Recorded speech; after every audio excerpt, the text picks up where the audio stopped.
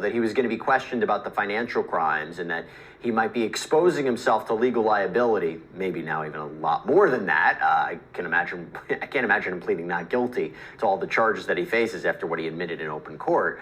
That back and forth between what a client wants to do versus what his attorneys recommend. Walk us through that. Again, attorneys are their own worst client. I suspect that he was warned ad nauseum off the record and probably on the record to the extent that weren't able to see this. But Jesse, let me throw this out there. Conceding that he had these problems in his personal life, does it open him up for some level of sympathy when we're looking at whether or not, again, to Richard's point, shooting your son in the face?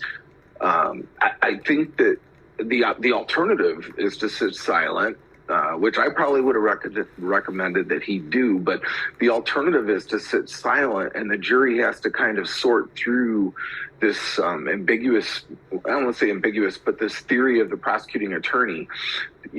So I think it cuts both ways. I just think when we look at the standard, when we look at the burden of proof, I think the prosecutor has a little challenge here. It only takes one, and I have not heard any evidence to get me to beyond a reasonable doubt. There's an extraordinary circumstantial hill that's been created and it's been articulated by the prosecuting attorney, but two guns, Jesse, two guns. So look, I'm struggling with this case every day.